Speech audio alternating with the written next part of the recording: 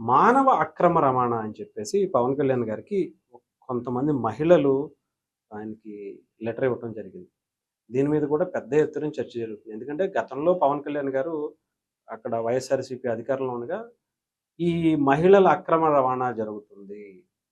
Missing అవుతున్నారు.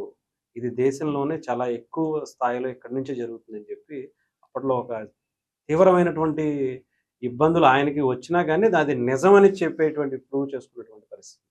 ఇప్పుడు దీన్నెక్కడ చూస్తారసలు? దీన్ని అంటే విదేశాలకి పంపించేటువంటి పరిస్థితులు ఉన్నాయి అని చెప్పి.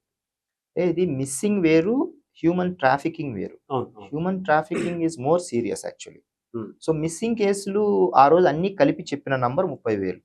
అది ఇంటెలిజెన్స్ ఇచ్చిన రిపోర్టు, గవర్నమెంట్ నిఘా వర్గాలకు సంబంధించిన ఏజెన్సీస్ పంచుకున్న విషయం. దాంట్లో 24,000 మంది రిటర్న్ అయ్యారు. బట్ ఆయన నెంబర్ ఎందుకు చెప్పారంటే ఇంతమంది ఎలా మిస్ అవుతున్నారు, ఎక్కడో ఈ వాలంటీర్ల ద్వారా, అంటే వాలంటీర్ల తప్పు కూడా కాదు, వాలంటీర్ల ద్వారా వాళ్ళ చేతల్లో ఉన్న డేటా హైదరాబాద్ సెంట్రల్ ఆఫీస్ లో ఉన్న వాళ్ళ పార్టీ తీసుకొని ఎవరు ఎక్కడ ఎలాగా ఉన్నారు, ఒంటరి మహిళలు ఎవరు, ఎవరు ఆడపిల్లలతో ఉన్నారు అనేది డేటా తెలుసుకొని అక్కడ పొరపాట్లు జరుగుతున్నాయి అనే ఉద్దేశాన్ని ఆయన ఆ రోజు వెల్లడించడం జరిగింది.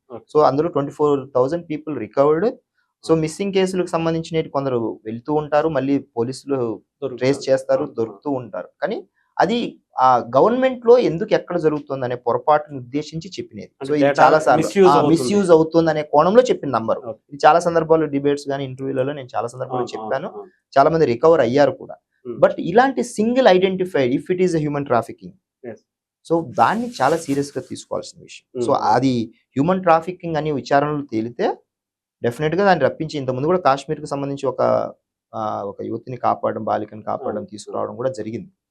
సో గవర్నమెంట్ కు సంబంధించి ఇలాంటి నోటీసులకు వచ్చిన ప్రతి కేసుని కూడా చాలా సీరియస్ గా ఉంటుంది.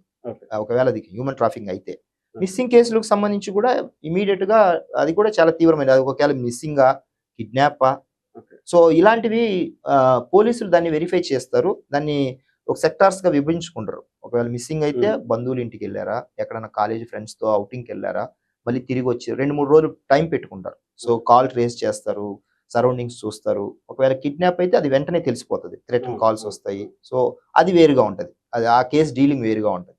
సో వేరస్ కమ్ టు ట్రాఫికింగ్ వచ్చేసరికి టోటల్ గా ఇది చాలా సీరియస్ విషయం. సో ఇది విచారణలో ఉంది, త్వరలో దాని మీద ట్రేస్ చేస్తారని భావిస్తున్నాను. అంటే ఇది పవన్ కళ్యాణ్ గారు లాంటి వ్యక్తి, ముఖ్యంగా ఆయన డిప్యూటీ సీఎంగా ఉన్న తర్వాత, అది కూడా మహిళల గురించి మాట్లాడిన తర్వాత, గతంలో మీరు ఇలా మాట్లాడారు, ఇప్పుడు మీరు అధికారంలో ఉండగానే ఇలా జరుగుతుంది, సో మీరు ఏం యాక్షన్ తీసుకుంటున్నారు, ఎంతవరకు అవుతుంది, ఇవి ఎక్కువగా క్వశ్చన్స్ రైజ్ చేస్తాం. అంటే మేము గత గవర్నమెంట్ కు సంబంధించిన ఆ రూల్ ఆఫ్ యాక్టివిటీ, ఆ స్పీడ్నెస్ అండ్ రియాక్షన్ ఎట్లా ఎక్స్పెక్ట్ చేస్తున్నాము, గవర్నమెంట్ నేటి కూటమి గవర్నమెంట్ కు సంబంధించిన ఈ గవర్నమెంట్ ఎలా రియాక్ట్ అవుతుంది అనే దాని మీదనే మేము మాట్లాడుతుంటాం ప్రతి సందర్భంలో కూడా. బాధితులకు ఒకసారి బాధలో ఉన్నప్పుడు గత గవర్నమెంట్ లో మాట్లాడిన మంత్రులు మాట్లాడిన విధానం, రేపైన వాళ్ళ గురించి చులకనగా, తల్లిదండ్రులు చూసుకోవాలి, 1-2 రేపులకే బాధపడిపోతారా అంటే, బాధలో ఉన్న వ్యక్తులు అత్యంత దుర్మార్గమైన ఆ మాట, మనము ఆ ప్రనేది రేపు విక్టిమ్స్ గురించి మనం మాట్లాడేటప్పుడు అదొక దుర్మార్గమైన చర్య, నీచమైన చర్య, సమాజంలో తలెత్తుకోలేటువంటి ఘటన కుటుంబాలు మానసికంగా, శారీరకంగా. మరి అలాంటి బాధితుల పక్కన మనం మాట్లాడేటప్పుడు ఎంత ఒళ్ళు జాగ్రత్త పెట్టుకొని మాట్లాడాలి. ఇప్పుడు వేరేజ్ మన గవర్నమెంట్ లో, ఐ మీన్ కూటమి గవర్నమెంట్ లోకి వచ్చిన తర్వాత ప్రజలకు మనం ఇస్తున్న భరోసా ఏంటి, మంత్రులు అవుతున్న రియాక్ట్ నుంచి పోలీసులు ఎలా స్పందిస్తున్నారు, ఈ 3 బేరీజ్ వేసుకోమని చెప్తున్నాం.